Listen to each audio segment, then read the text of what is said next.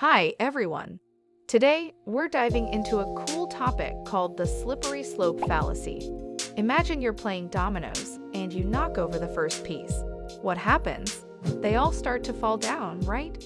Well, the slippery slope fallacy is like thinking that once the first domino falls, not only will all the others fall, but somehow it'll end up knocking over a vase 10 feet away.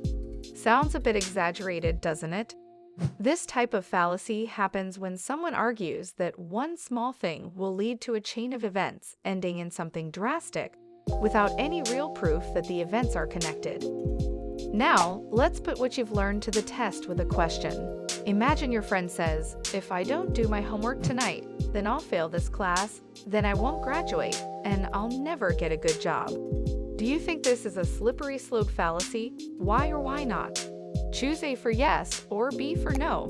Remember, critical thinking helps us avoid slipping down these tricky slopes. Thanks for watching and think sharp.